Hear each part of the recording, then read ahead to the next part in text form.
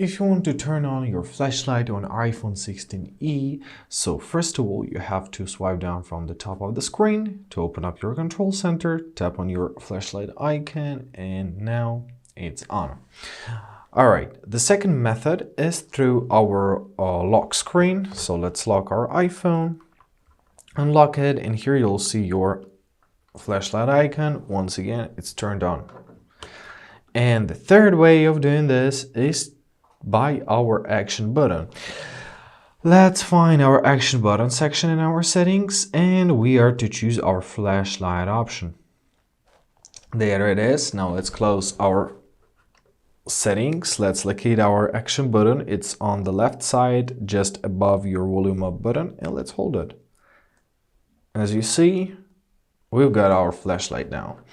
And that's it. I hope this video was helpful. Thank you so much for watching. Have a great day, and please consider subscribing to our channel.